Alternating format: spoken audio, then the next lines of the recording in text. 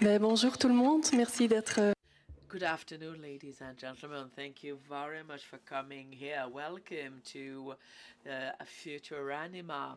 We at the Anima Festival, we like to organize meetings around topics that we might necessarily fully understand and which are a bit of a mystery to us, which is the case here with Web3 NFTs. And we're trying to gain a better understanding of what Web3 and NFTs are, together with the different speakers. And before giving them the floor, I would like to thank the French Embassy here in Belgium, and I would like to thank Marco Petitoni and Thomas Michelon, who are in the room. Thank you very much to them for having organized this meeting. Thank you very much for your support. We're here with Frédéric. Josué is the CEO of 18M, 18M, a consultancy. He's an expert in media and new technologies, and he's going to start the conference with a sort of a roadmap so as to make sure that we do not lose anyone. And afterwards, we will hear from Kézan Gravac. He comes from Temple Caché, Réalité Cachée in France.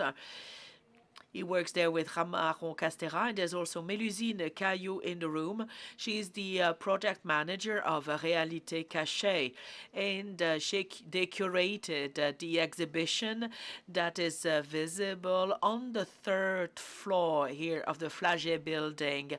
I cannot recommend this exhibition enough. This is really a marvel, and I can only but urge you to go and have a look at this exhibition if you haven't done it already. Understand French, we have the headphones, as some people already found, so you don't have to panic. You can understand it in English.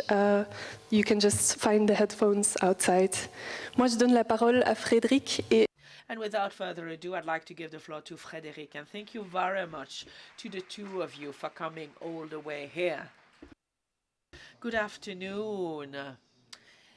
Thank you very much to the organizers of the festival, and thank you very much to the French Embassy. Thank you very much to you, Margot and Thomas. Thank you very much for making it possible for us to stand here before you.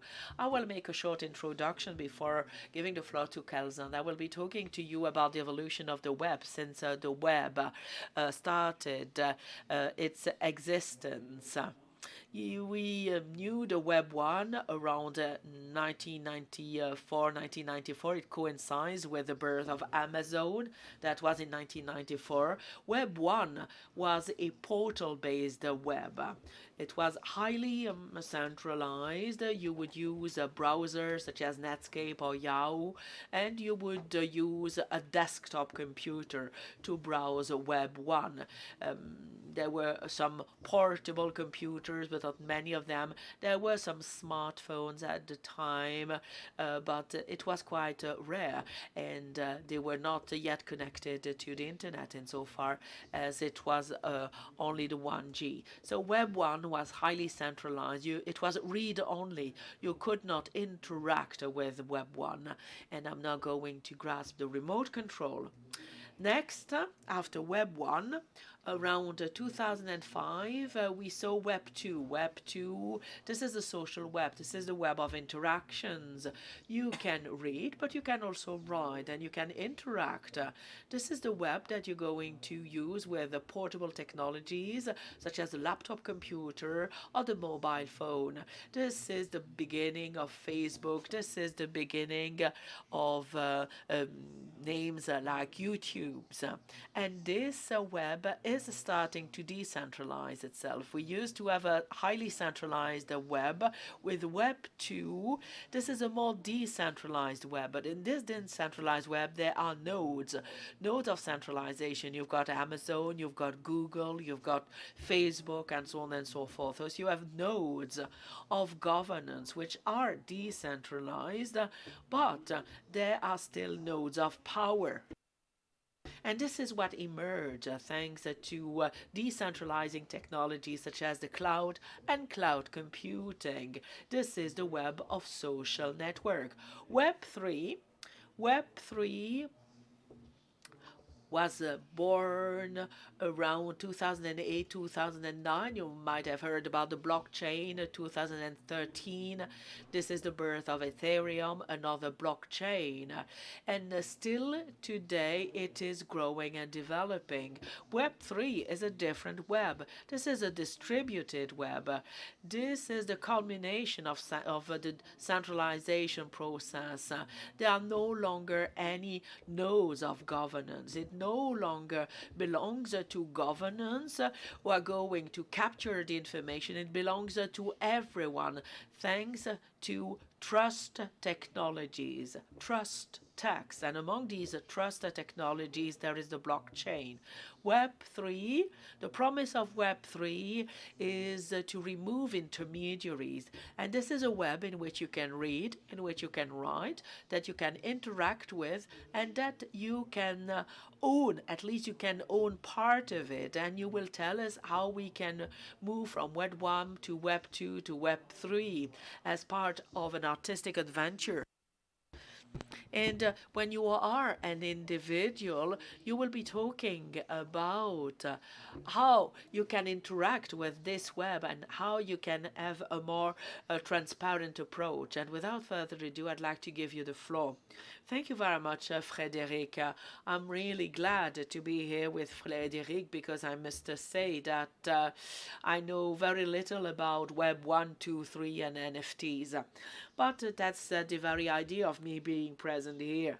We wanted to tell you about Temple Caché and Réalité Cachée evolved with the web and the position that we have taken regarding the use of new technologies. I will be talking to you about the studio and where we come from. Temple Caché was created at the time of Web 2, of the social networks. There are two co-founders, Marion and myself. We studied in La Cambre. It's quite weird, you know, for us to be here at Anima because we spent most of our time in La Cambre and we spent most of our time at Anima Festival when we were here in Brussels. And that is when we started animation and collage and media mix. And that is how we got familiarized with quite a lot of technologies, and we did a lot of experimentation. And when we created Temple Caché, we really wanted to keep this idea of experimenting with the media mix. With the arrival of new technologies, we kept asking ourselves the question of knowing how we could integrate these new technologies.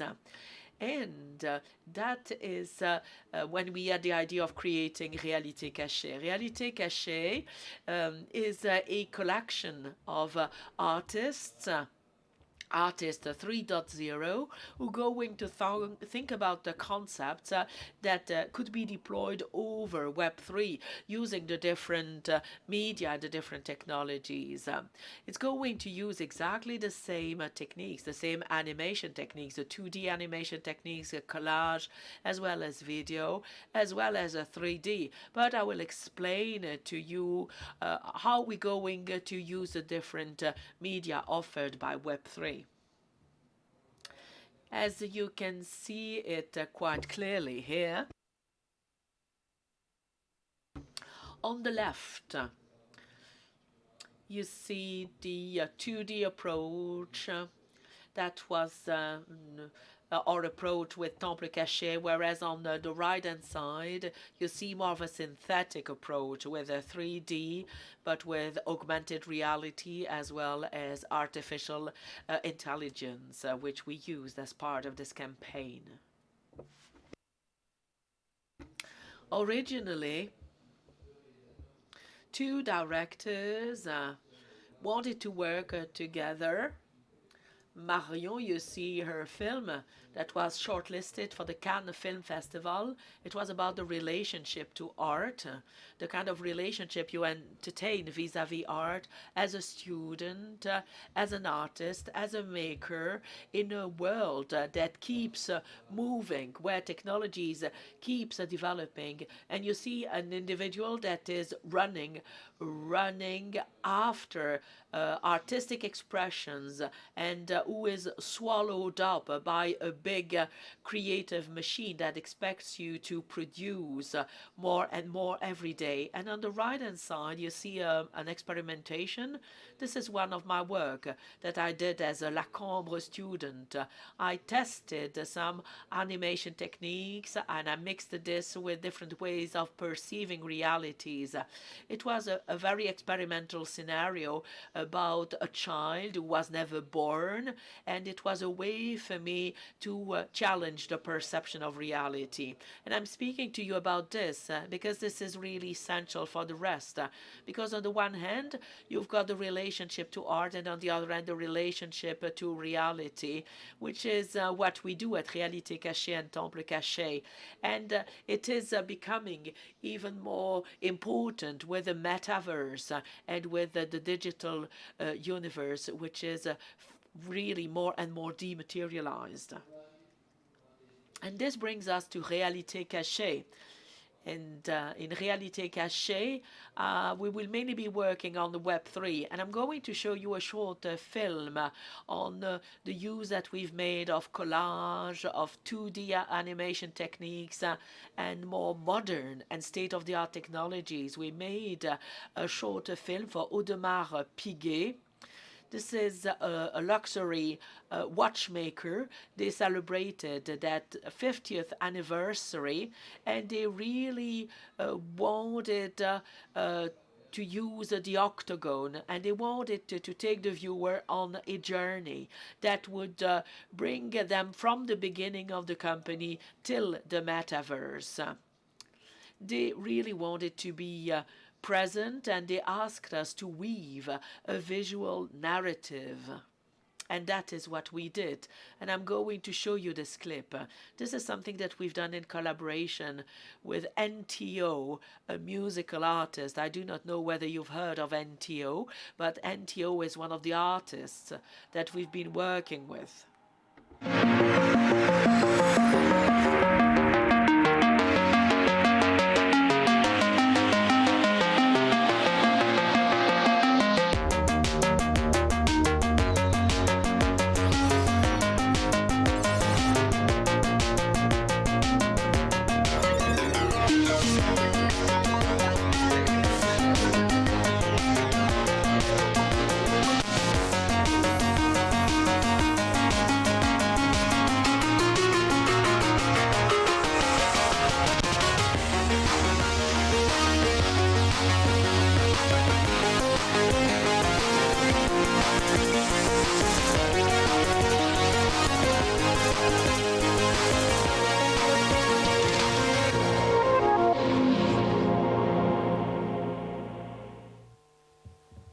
Voilà. You've seen a mix of different techniques, traditional hand-drawn animation, 3D, like in Tron, and then collage, and then CGI. What I like in this film is that today we're talking about Web3, but there is Web3, there is Web2, there's a bit of everything, you know. It's not clearly delineated, there is some porosity, and that is also what we do. This is how we work. There is a lot of porosity. There is a blend of techniques. We mix traditional techniques with the most modern techniques. This is what we like to do at Temple Caché. We like to keep the best of every technique and see how we can make them work together. And even with new technologies such as artificial intelligence, which can be quite scary, this is something that we can use to support the creation and not to replace the storyboard artist.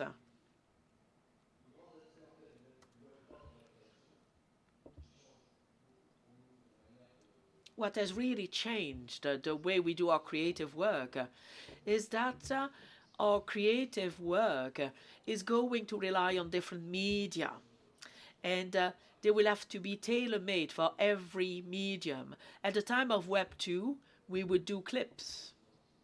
We were doing visual identity prints used on TV or on YouTube. And when they were broadcast on social media, they were sliced down in small pieces of 15 seconds, and they were broadcast on the social media. I remember there was a guy, Johan, and he said, one day we will be making 15-second clips for social media. And this is exactly what we have been asked by Instagram to do, to make short 15-second films. Rather than using the social media as a medium, we are now adapting and transforming the film to a 15-second film. The way to communicate on social media is not like a film that you're going to watch on a big screen or at home on a small screen.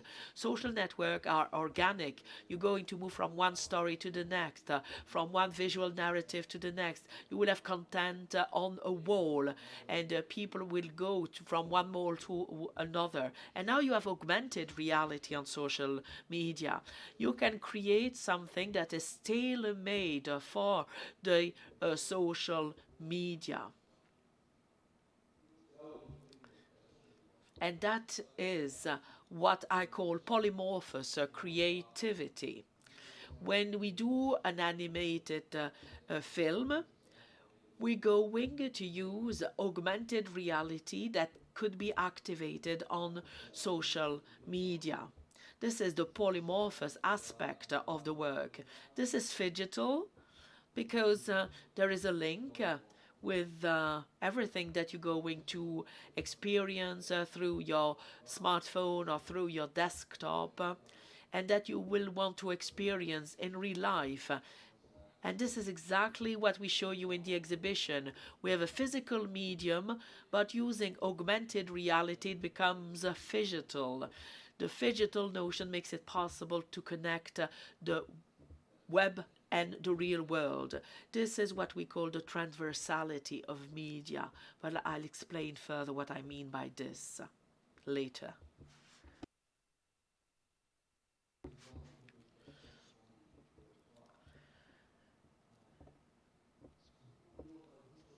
We work a lot on clips, on visual works.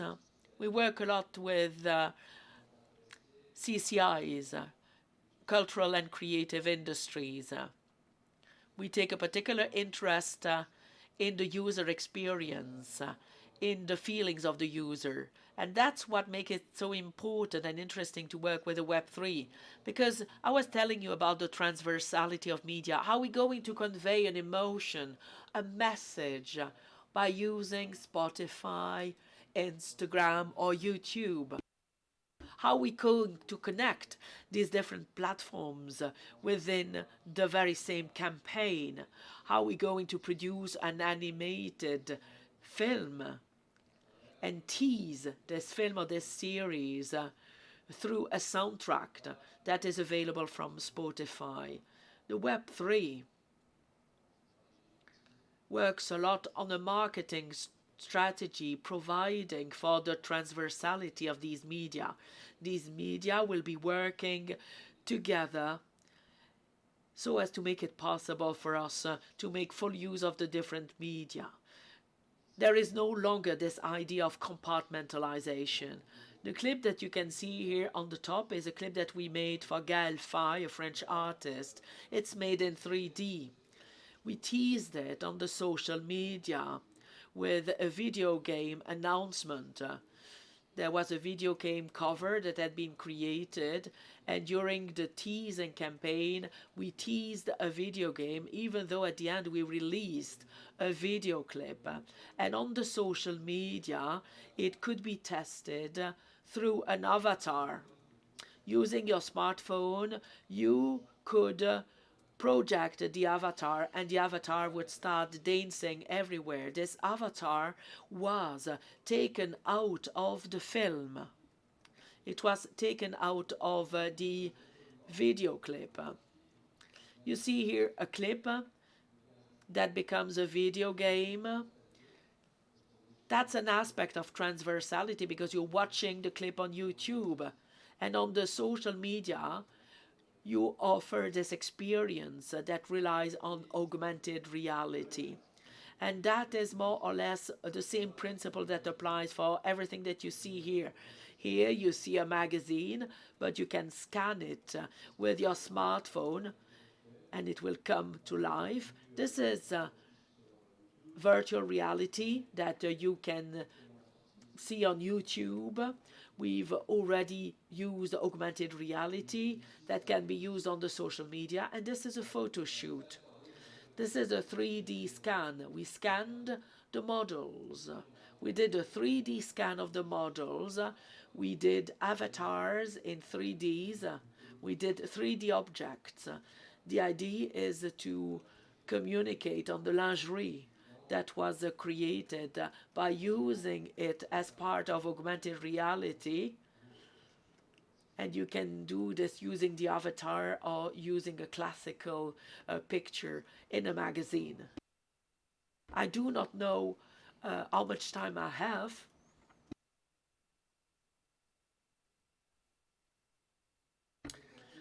I spoke a lot about augmented reality, but we also use other Web3 technologies that are already available on computers and smartphones as well as other devices. I talked a lot about augmented reality because we are a partner with Snapchat. Snapchat is a large social media platform. They develop quite a lot of cultural projects in partnership with museums. They also do scientific research as well as educational work. The idea is to use this tool on just every possible medium. By being a partner, we can have access to technologies that they use with their partners and that we test as part of the beta version. We can manipulate information with hand. I'm working on augmented reality goggles. And one of the examples that we are working on is that you see a globe and you can get into the different parts of the globe and access information, and you can rotate the globe by using the goggles.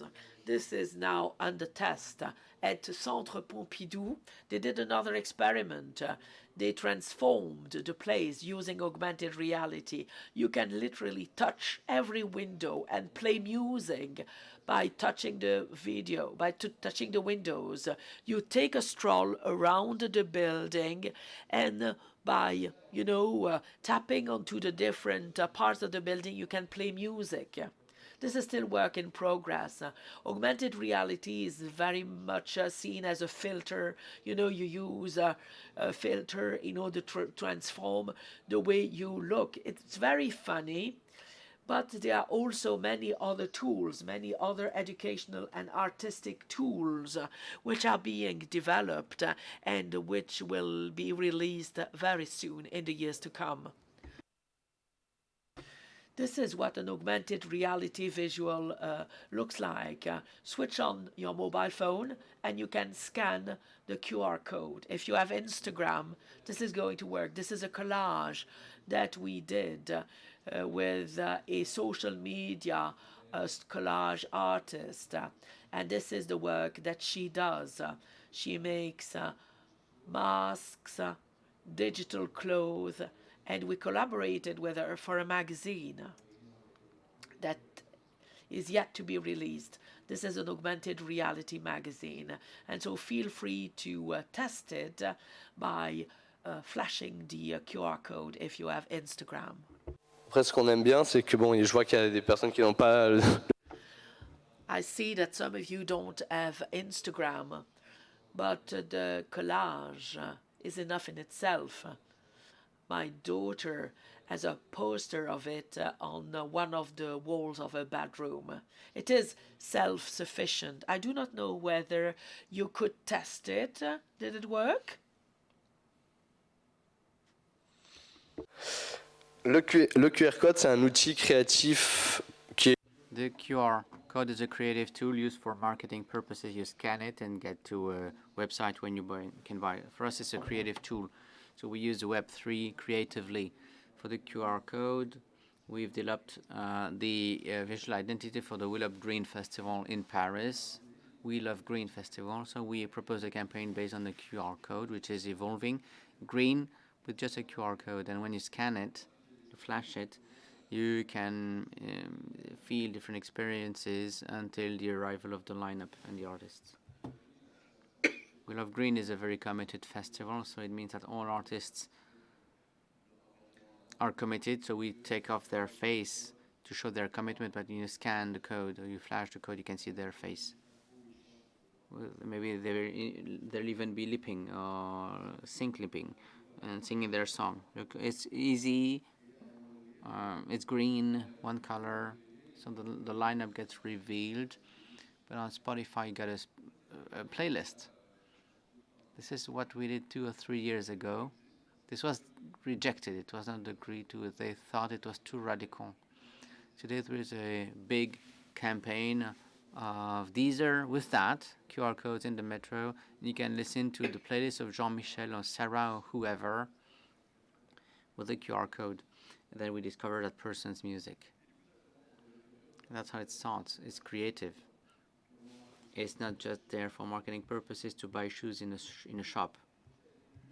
Things are evolving, you see. Then you get enhanced reality, augmented reality, the different elements there. Then we end up with a video, like a teaser for the lineup. So we always want to use the different media supports.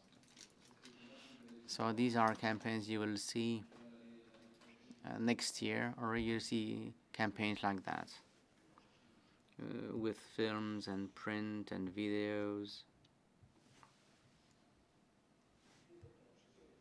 NFTs now.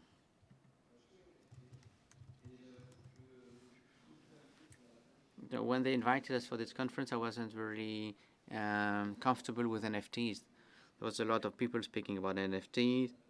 We had different calls for that because we are like artists. We have a visual approach, and people were interested by that. However, we did not really understand much about NFTs, blockchain, crypto, currencies, and so on. So we tried to dig into this, and we soon understood that as a studio, we could exist or coexist in Web3 without completely changing our ways of doing things. Eventually, people call us to create an identity, to tell a story, to send a message across to the NFTs and cryptocurrencies and blockchain. All this implies a need to work with experts. And you can really have nice cooperation with smart contracts. They will provide protection and so on. So we decided to not do everything, smart contracts, and also create those wallets and so on.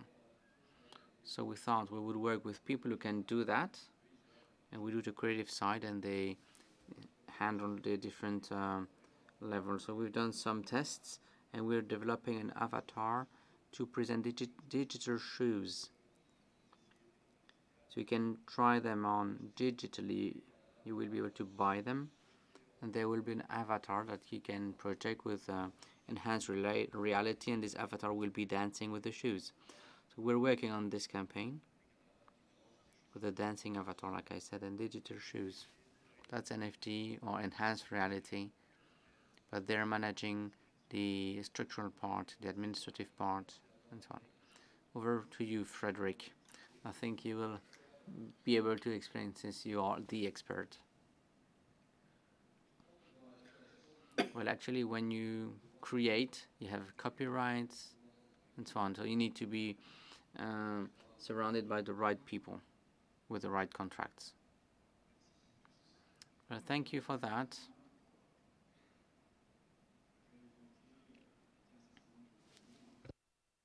He spoke about smart contracts, but we need to speak about the theoretical matters now here. We had Web 1, with the portals, Web 2, the networks, and Web 3. There is interaction. There are interfaces in 3D environments. That's immersive. It's pervasive. It's present. If you turn off your computer or your smartphone, there's still something happening in that world. It's pervasive because it means that these worlds are borderless. And when you are on some space, you can buy a space that will belong to you. And the currency used, or the transactional tool that is used for you to commit yourself and to buy some piece of land or artwork in this sphere or space.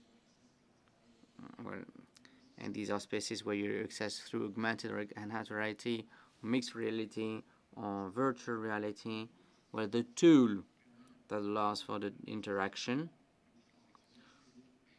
that is a token. So what is a token?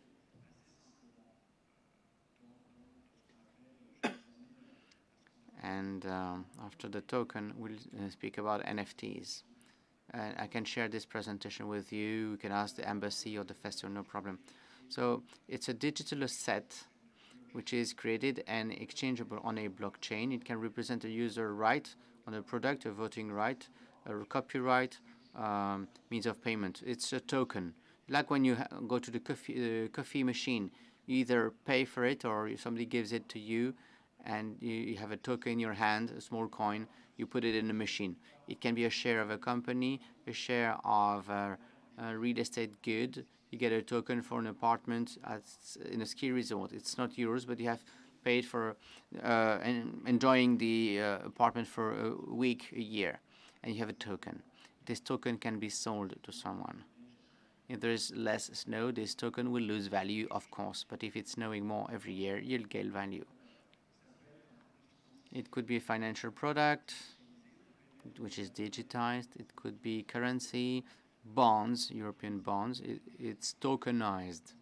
So in a token, and we'll see that, it's a smart contract. You have the authorization to provide a service or to use a service, but also you have an obligation in return. If you use a European virtual currency, we spoke about Portugal this morning. Well, Portugal may receive 100 billion from the EU to invest. It will be an obligation for them because they have a smart contract. They need to invest into green technologies. So they can do something, they have to do something. This is what's linked to the token. So you get a token, you have an obligation. If you have a token linked to the currency of an ecosystem, then it means that the obligation in return is to buy products produced closer than 150 kilometers, which are gender equal, that respect disability, and so on and so on. It could be a loyalty service, and tokens and NFTs are wonderful tools for commitment, engagement, and loyalty. If you take miles at Air France, I don't know how it works in Belgium, but it's a token. It gives you the possibility to get cheaper plane tickets or go to Hertz and Accor to, I don't know, rent a car. Okay, so it's a digital asset. It exists thanks to blockchain. Blockchain allows for certification and authenticating and prevents from cheating, but it means there's a right and a service or a product. So you have two types of tokens. NFT, non-fungible tokens. It's a token. It's a security token. On the one hand, it's a just normal currency, digital currency. It's like going from a normal picture to a digital picture. So you invest into this to make a profit. It's very regulated. You have professional investors, and the options are limitless. To use security tokens, you must be a financial institution.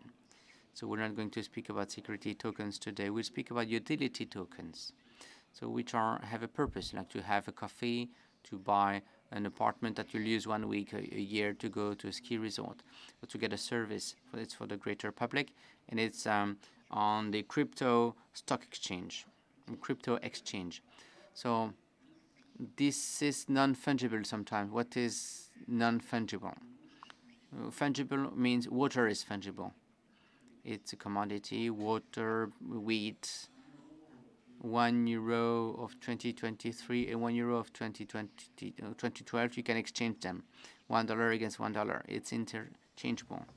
Now, if they propose to exchange their apartment against mine, yours is much better decorated in a nicer neighborhood. It's not fungible. Artwork, it's not fungible. Jackson Pollock or Van Gogh, not the same thing, not the same value, then different assessments and likes. That's non-fungible. So it means you cannot interchange two goods because they're completely different. So we have taken a rule for non-fungible tokens, NFTs. So what is a token which is non-fungible? Well, it's a code, it's an IT code line which has some value. So we'll buy it, and it will gain value or lose value according to time and the object you have received the token for. It can be a crypto token, so it's impossible to copy. It shows that you have a property right, which is with a specific day and time, like this apartment in the ski resort or this artwork. You buy it for 99 years or forever. It is written in the code, okay, and it's part of the blockchain. So it's an NFT on a digital object. So like you get a picture with a JPG, a video, a film, part of a film, a shot, the introduction of The Godfather, okay, or music, press article, a New York Times article was sold as an NFT, or skins, memes, and so on. The first NFT was Quantum artwork sold by Sotheby's. Then you have NFTs on non-digital goods. That's physical objects. So you can certify a patent, a medicine, a drug, luxury bags. It means that if you buy the bag, you get the NFT which is associated, you get the collateral which is the bag, and then you buy an NFT which is a collateral which is a medicine or a drug, and it certifies that the physical object that you get is true. Many children die around the world because they're not getting the right medicine, or they get fake medicines or forged medicines. So you can certify medicines, you can certify handbags or Nike shoes, okay, which are used in real life, also in the metaverse. You can also wear these Nike shoes and it's certifying, and nobody else in the metaverse can use them. Now, if you sell your luxury watch or your handbag, your it bag, you don't have the NFT which goes with it, you won't be able to sell it, or you will sell it for a much lower price. So a non-fungible good which is linked to a token. So to summarize the cryptocurrencies, you have two types. You have coins, you have a crypto object which was created on its own blockchain. You have the Ethereum, the Bitcoin, or it is a coin of a blockchain called Bitcoin. Then you have tokens. This is what we'll be focusing on. These are created on blockchains which are pre-existing. We have one for music, one for movies, theaters, or apartments, a ski resort, and it's created on different blockchain, which was Ethereum or Bitcoin or any other like Tezos. And it's split into two parts: security tokens, not for us today. You must be an institution, a financial institution for that, so we'll focus on the utility tokens, because they give you access to a product or a service on a platform. And with that, we'll focus on what allows you to create art, digital art. So you can have a picture, artwork, it can be multiplied as many times as you wish, with the NFT, or you can also create scarcity, of course. There's a law on this. It says that if you split an artwork in different NFTs, it becomes a security token again, but we won't get into these details. Then you spoke about this. I added the slide. Ethereum. What about smart contracts? Well, smart contracts were imagined by a guy 20 years old called Vitalik. He created Ethereum, the Ethereum, in 2011, 12, 13. It's a blockchain, like Bitcoins. It's a protocol of decentralized exchange, and it allows for the creation of smart contracts. It means, well, they're smart. These contracts are used publicly in the blockchain. All the elements and all the information on the blockchain can be viewed by anyone. You just have to know the code and be able to read what's going on there. So there are different protocols, but Ethereum is quite interesting because it's proposing the concept of a smart contract. Well, smart means it's smart. It's an unchangeable IT program which gives you a right through a code, and if you read the definition given, it says that the program starts the code and automatically validates a condition and determines if the asset has to be sent to a person or to another, or if it has to be refunded to the person who has emitted it, or a combination of all the above.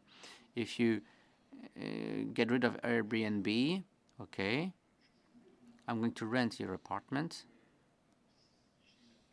So I have the authorization to rent it, and in return you have to rent it to me, rent it out to me. This transaction is authorized by the blockchain because it has checked that I have solvency for all the transactions I did before. Now, if the blockchain allows for the transaction, you have no choice but rent it out to me. So you have an authorization on one hand and an obligation on the other. These obligations and authorizations are written in the code. So obligation to buy under 150 kilometers for food or something else. This is something that they did a lot in California with the local products. So smart contracts are interesting. Here is another example. This young winemaker in South Africa, she's selling her wine through NFTs and smart contracts. So wine can go and turn bad. So the NFT circulates, so it can be bought by a person, then sold again to another person, to a third person. Imagine it's a piece of artwork. It's sold, then sold again 5 years later, and so on and so on. And it's a smart contract. It is written that every time that this good is sold, the producer of the piece of work, it gets 5 to 10% of the transaction. She doesn't know that it's been resold, but she will get the money because it's written in the code. So imagine what one can do with that. When it comes to cultural goods for a movie, if you set a part, like a scenario which has been signed by Coppola, if the person resells it, she cannot sell it without the token, and this person, Francis Ford Coppola, will get a percentage on the sale. You can do many things, of course, with the smart contracts. So how can we use them in our field, in the cultural and creative industries? I will cut a long story short, but let's take the city of Cannes, France. They sold 11 assets of their heritage in the city. If you know the city, the Suquet neighborhood, the old port, and so on, including the convention center, for 64,000 euros in NFT. You cannot exchange this against something else. It's non-fungible. You cannot exchange this festival center. Here, we have a 3D model. It's immersive. You can use it in a metaverse, and it allows people to navigate, to walk through the Palace of the Festivals, full size. So it's an identical reproduction of the festival hall. It's huge. You can go and sit there on a seat if you wish. You can navigate in that space through the metaverse, okay, which is immersive. So what is interesting is that the person who bought this, who put it somewhere, I don't know where, they can organize very exclusive conferences, organize concerts, exclusive concerts, and sell them. They can sell this to anyone, to people who will come to watch and listen on their screens, mobile phones, computers, on VR devices. And every time they use this to organize something, the city of Cannes will get a commission or subsidies through the transaction. More. Imagine Porco Rosso. This is an island with a pig man landed with a plane. You know that the island does exist for real. It's an island of Vis in Croatia. What is interesting here is that the sale of something, it does not exist, but the sale of this space, this piece of environment, which is sometimes immersive in the anime or anywhere else. Well, the people who will buy this with an NFT, you can buy one part. You can send an NFT in 120 to 120 people, not more, let's say. So you can get 120th part of that picture. So you get this sold. The people who buy it have an obligation. So this will have an impact on this physical world. This part is not accessible for people in a wheelchair. Okay, this beach can be polluted. This beach can have any type of problem. I don't know. Well, thanks to the NFTs, you can motivate and push people to commit. And through an obligation written in the NFT, they can be forced to contribute to preserving this space. This is the underlying rationale. In South Korea, I spoke about the preservation of heritage with tokens. Well, this is the rationale behind this that grows to and turns into commitment. So this is something that could be done with Porco Rosso. It could be done with animation works. This is still to be invented, but this is an example I had on my mind. You can do it with Game of Thrones or just any other thing.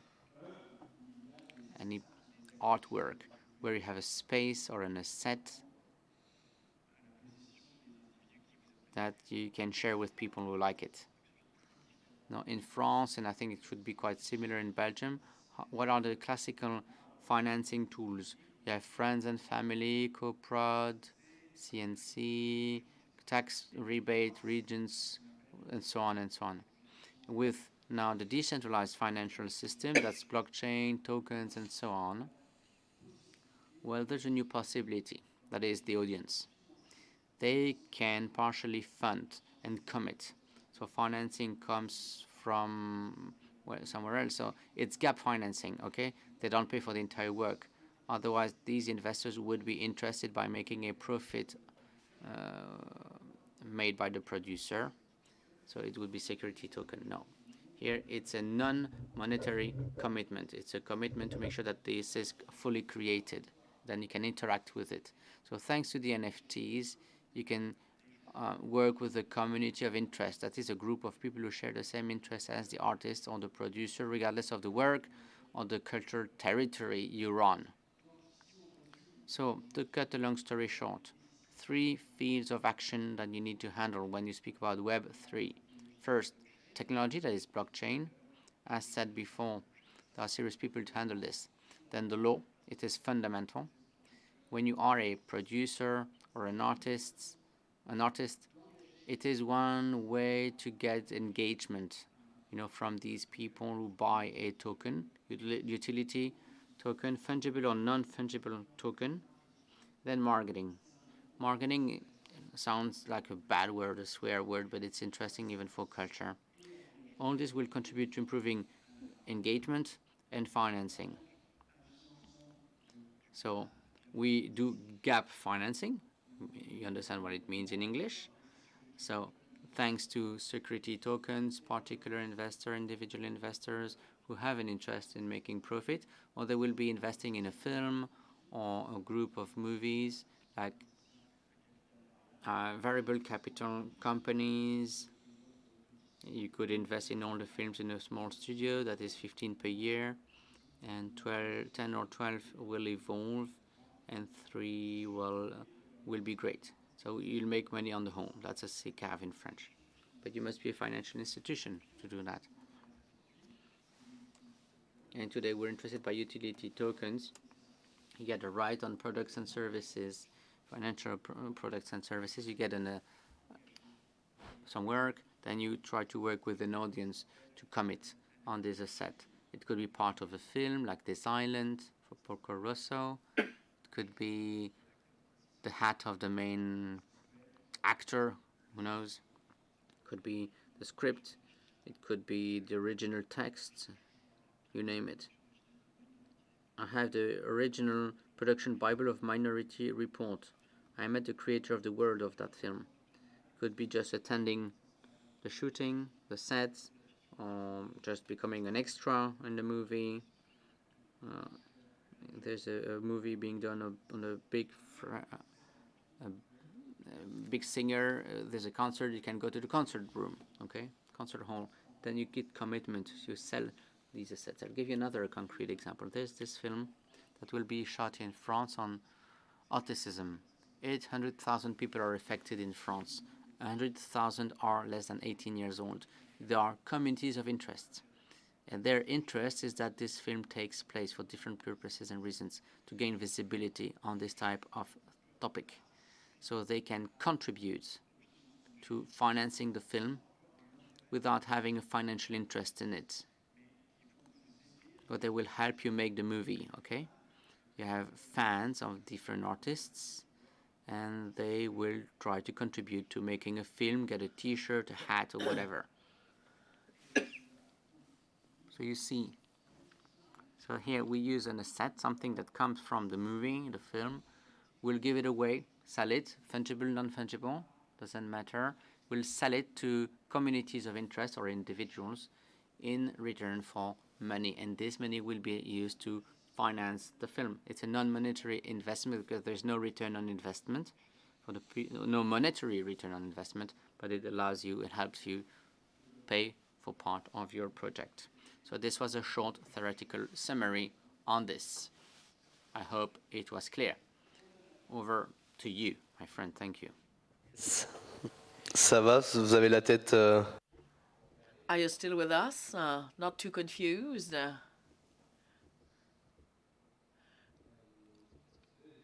Do you have questions? It could be a technical question, it could be a creative question, it doesn't mind, as long as you speak into a microphone. Exactement. Donc c'est la...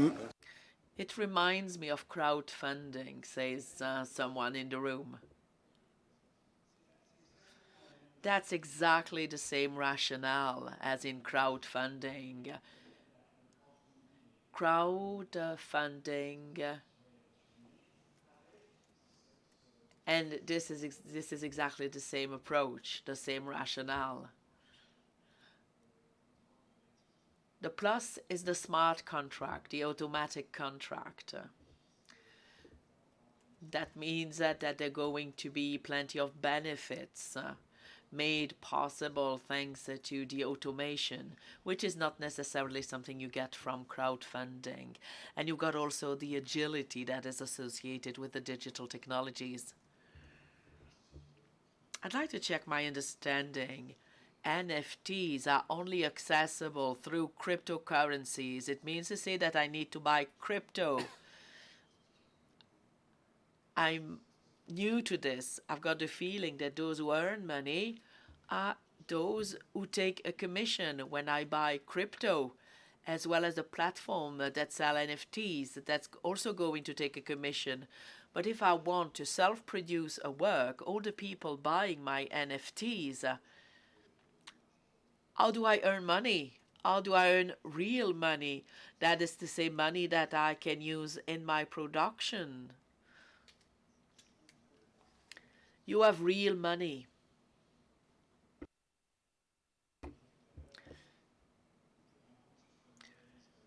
opening an account on Coinbase and go to MetaMask to create a wallet and go to OpenSea to buy an NFT. The very advantage of NFTs is to make them invisible.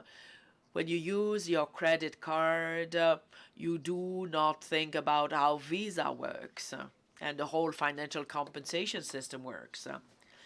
That's what I was talking about with Thomas Michelon at lunch break today. We shouldn't stop so much about technologies. We should talk more about uses, even though today we still talk a lot about technologies. When Booba sold this clip to 50,000 people through NFTs, he created an interface that made pieces of his work visible or not. In 5 to 7 years' time, this is what we will be doing using UCAs, using platforms which are going to make all of this much simpler.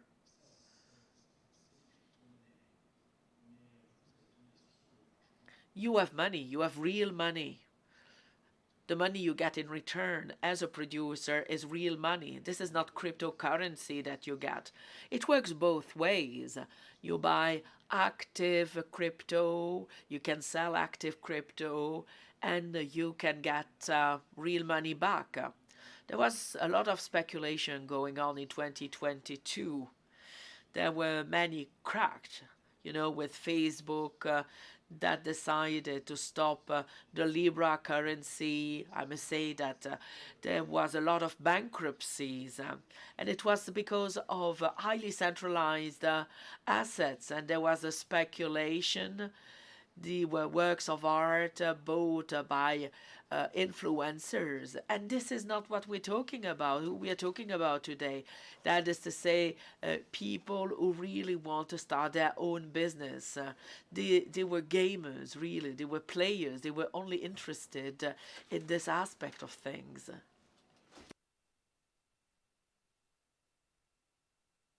I found this fascinating, really, because I'm from before the web, I used the internet even before the web existed, and it was really funny. We had discussion forums in Usenet, and it was really very funny.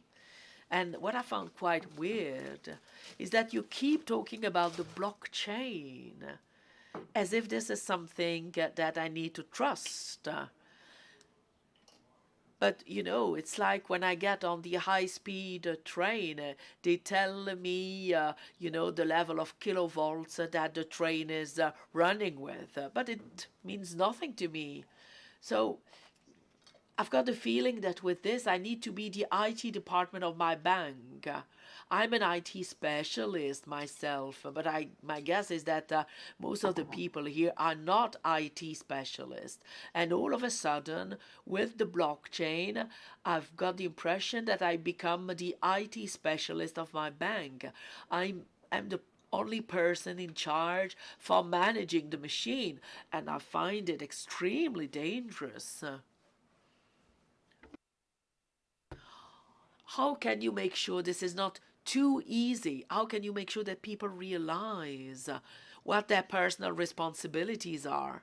Because if I have NFTs, but if I lose my links, it means that I no longer have access to my NFTs. Whereas if I've got a Pollock painting, it's still hanging on the wall. We here speak about digital objects. These are tools for the certification of digital objects. The Pollock painting is a physical object, so it's really not a problem with this physical object. We talk about NFTs and blockchain. It's like in Star Wars, there are layers of investment. The community, let's say today, takes a particular interest in cuisine. And that's what we were talking about this afternoon. I think it's about time we stop talking about technologies and we stop talking about the use we make of the technologies. I know of the CEO of a large French bank who said that the blockchain and the cryptocurrencies will never work. Like Pascal Nègre said in 2002, he's the big boss of Universal in France. He said this will never work. What is important is to think in terms of the use you're going to make of these technologies. We were talking about artificial intelligence with the people from the French embassy. We need really to think in terms of what will the world look like after artificial intelligence.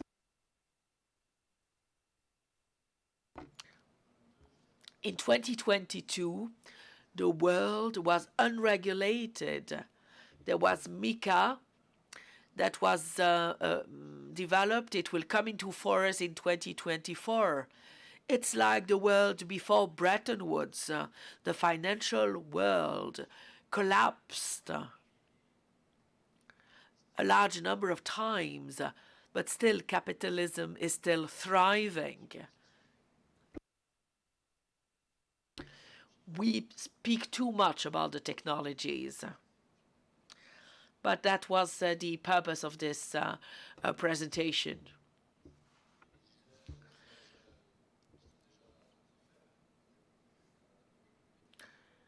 A lot is going to depend on the communities.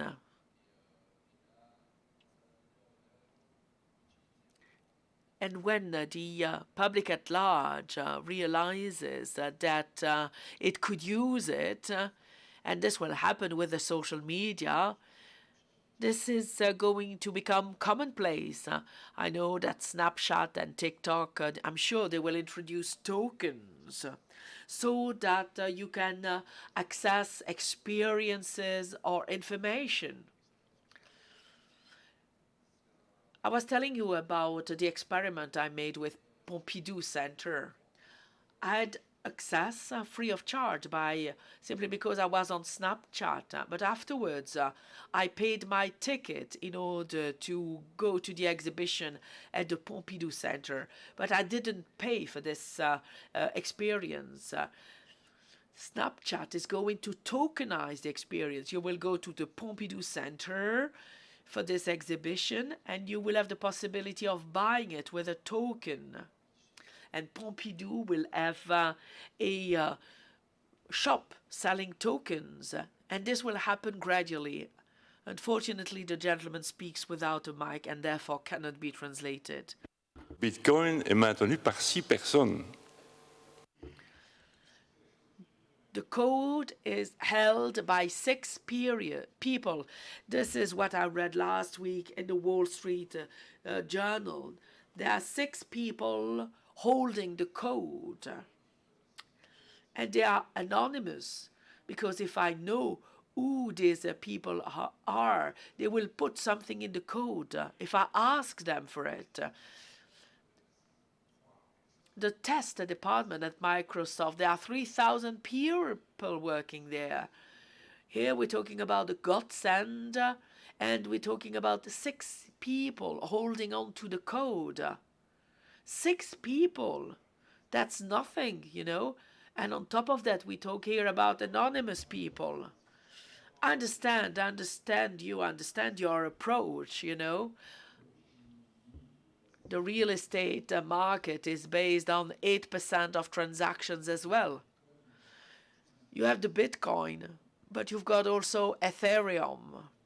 Without getting too much into the detail, Ethereum relies on a new technology, which is the proof of engagement. It uses less energy than the proof of work used by Bitcoin. But this is a technology that was developed 10 years ago. We could go back to paper money, you know, to shell money. These are techniques that date back to thousands and thousands of years ago. But they bring decentralized governance, they bring transparency and traceability, and they are used in a great many industries. We here talk about the B2C, but this is also used in B2B, in the aeronautics, in order to certify pieces. If you have a bolt that has been tampered with, it could be really catastrophic. In order to certify the diamond industry, in order to prevent people from working in this particular industry, you can use it. And this is decentralized. And this brings us back to the myth of the founders, the hackers of my MIT. They made a charter, a code of ethics, and that led to the open source, to the decentralization logic. I don't know. I don't think decentralization will exist for real, because this is a myth. Maybe there will be a time when power will be given back to the people, but the large actors are still in California. And when you have Elon Musk creating Starlink, the mission is centralized, even though the logic is a logic based on decentralization. But if you take a work of art, you can finance up to 200,000 or 300,000 euros. That could be the case of a feature film. And you can do so by calling onto your community. Of course, you need assets. And you need to make sure that there are spaces of interaction with a community of interest. If it's a film on ecology, or a film, I don't know, about the gender issue, or whatever the idea, whatever the concept, the idea is really to engage a target population, a community of interest, without it being in a monetary logic. I'm sorry, but you've lost me. It's really very technical, and I didn't understand a thing before coming here. It's not that I understand everything now, far from it, but I've got a question. It's about the image of artists. It's about the world of fashion or the world of music. I study at Saint-Luc. I do 3D. Maybe you will be talking about it. No. No, we're done with the presentation. Now is the time for a Q&A. I was looking for some internship, and I would go immediately to the artists, but I realized that you would be making the link between the two. And very often people call on freelancers. And this transversality of media that you were talking about, I found it fascinating, really. Because that's about interactivity. It gives you some communication on the different applications. But what do you use? What kind of programs do you use? Are these the same programs as the programs used with the Snapchat filters? I realized that with the LiDAR technology, rather than using this technology, I realized it may be becoming too complex, I don't know. But what is quite interesting is that you are very concrete, and it's the new generations who will create this. As soon as it becomes a necessity, the technologies will disappear. It will become phygital. It will become polymorphous. You will have to create systems of transaction that will allow you to navigate in between the different platforms.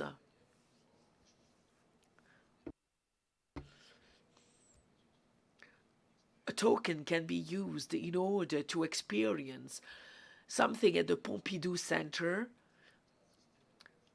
but it could also be connected to Snapchat, and it could be even further transformed. But what you were talking about how we can use the social media tools, this is something that will make it accessible to just everyone. It's a way of democratizing the technologies. There are many, many different applications that you can use in order to scan a 3D object. You can create a skin, and you can integrate the skin in the social media. You can turn it into an NFT. It becomes really accessible. It sounds very technical, but it's not. And this is already present on your phone. But you know, you change your phone every year. The technology keeps changing. And this is something that you carry in your pocket. You may not realize it, but there's actually a lot of technologies going on in your phone. This is fully packed with artificial intelligence and with sensors. You may not realize the potential of it, but the tools you were talking about, they will become increasingly accessible. And you could use Polycam, for example, to integrate it in certain softwares. And you can also use them on the social media if you want to turn the social media into a gallery that you're going to use. This might not necessarily be your question, but anyway, thank you. Thank you very much.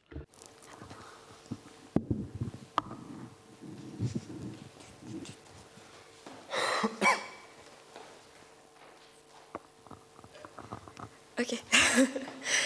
Je me demandais par rapport aux NFT. About NFTs.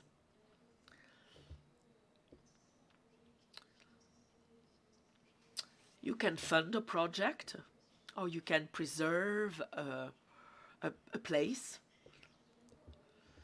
but you're supposed to give money, or you can have a collectible that is virtual that you can buy. But what other interest for the buyer?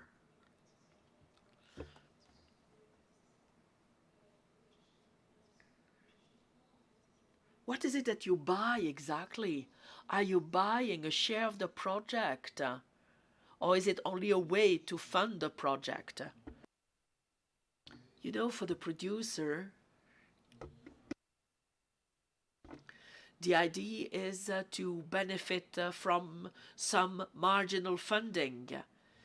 I say marginal funding because you cannot seek total funding, or it means that this work would have had to be created with this objective in mind. It would be an artistic exercise in itself, in and of itself, but I've got my doubts about it being sustainable. What you would deliver to your community is what would come out of your head. I was telling you about the island. You can associate this engagement with an obligation. For example, the French calanques are accessible provided you buy a ticket. You could sell, you know, access to these calanques to 10,000 people and no more. Those 10,000 people would get a token, and in return for this token, they would be expected to do community work. Failure to do the community work would mean that they would lose that token. It's up to you to decide what you want to do with this token. You can sell it in return for a poster, a signed poster of the film. You can get in return the possibility for you to work as an extra on location. You can sell it in return for an animated character that the person is going to see on his screen through the frame. That's what you can do. You have the certificate, which is proof that it belongs to you.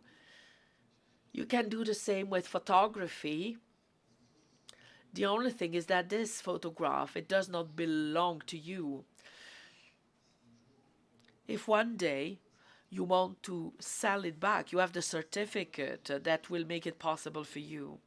It's your imagination that makes it possible for you to engage people around you. I was telling you about a film about a Belgian artist who spent most of his time in France, and we could sell an NFT, and those buying the NFT would have the capacity to see the sequence. So you're going to sell what comes out of your mind. The artist I was telling about is, of course, Johnny Halliday. And, you know, there is a larger community of fans. There was a tweet of Olivier Marchal, the filmmaker, and this tweet was retweeted 800,000 times. And you can imagine if everyone gave 50 cents, you can easily imagine the amount you would get, 400,000 euros. Of course, it would not be possible to give them free access to cinemas. But like in the film on Serge Gainsbourg by El Mosmino, you can imagine the possibility given to these people to be given a seat in the theater. But this way would be a way of giving them a unique experience with the artist that they like the most. And this was the result of some brainstorming with the different teams. They explored the realms of possibilities and see how they could engage with the different audiences. There's a Harley Davidson in this film, and this motorbike is going to be sold as an NFT to an individual. The sky is the limit. You've got security tokens, you've got utility tokens. We can imagine the E.T. cap worn by Steven Spielberg. I would love buying it. It's no longer available, but you can imagine everything. Ça paraît un peu bizarre d'avoir un... Well, it's a bit weird to have a digital object only. It's digital, don't have it for real. I'll try to imagine that later in the future it could be very interesting, but today, from what I hear, it's rather for collectors and not always interesting for everyone. So I imagine more things today, at least. I spoke about the film, you know, about autism. If they cannot make the film, the communities will help pay for it. And there are many films that could have an impact. There's a company called in the US called Participant Media. They only do impact movies. In France, there's a company called, well, he was the president of Disney Europe and Middle East. It's called Echo Studio. They do impact movies. And at a certain time, these films could become useful, but it could be possible to have communities contribute around the themes of the film. There's just one thing to come true, to happen. We're not asking them for a lot of money, but there will be a reward. It will be symbolic, something in return. It's symbolic, it's not money. Yeah, we see that with artists who fund their projects with a book, and they get financial support, but they get something. People who give money get something in return. Maybe this is how it could happen. Yeah, we have this love money part for friends and family and so on. That's the same thing, but it's not just your friends. But they're still interested by what you're doing. For Miyazaki, the year 2000 with Sunny Buena Vista. A guy called François Carrère said he had a very structured community of 5,000 people in France. Every time you have something from Miyazaki, something happens. Email or whatever, but he was stimulating the community in question. Now we're asking for more. I have another question, if I may. Copyrights. What about copyrights? What will protect a piece of work or venue like the Cannes Film Festival Palace? But who can do it? If somebody sells it without having the rights, can you be legally protected? If you take Ratakowski, she took a picture of herself in Sports Illustrated, and she put that picture, good looking. And it's an artist who took the picture of the picture and put it on Twitter with a comment. I think he broke 3 copyrights, like picture, tweet, and the comments on the tweet. But that's the law. So the guy was sued. You can use the normal law to protect your copyrights.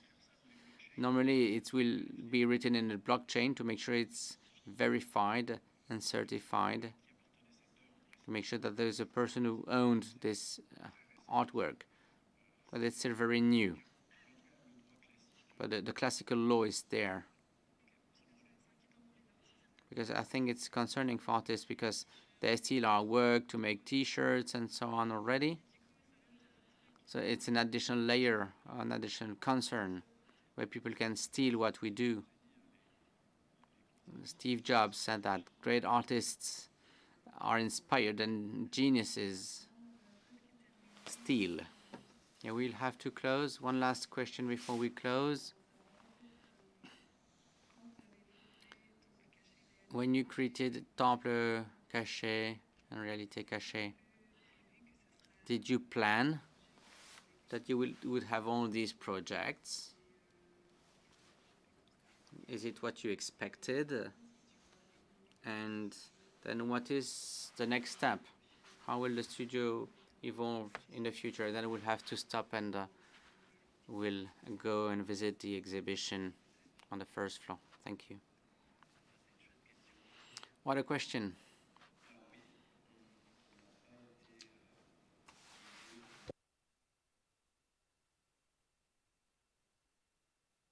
Well, we're not guided by this. It was not the objective. What our motivation was a question. We wondered about the reality around us, about creativity. This is what guided us when you created the studio in 2015. So we wanted to express that with the current technologies. You know, at the beginning we wanted to do fiction work. Long movies, movies with actors, maybe a producer. We did not contemplate or imagine NFTs. And then animation seemed much easier to use because you could animate a character and then just give a feeling through a pencil. This is how we started animation and then collage and all that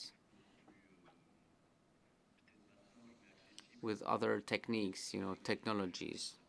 If you're alone, young, without a producer, without big stars and stages, you can do things on your own now.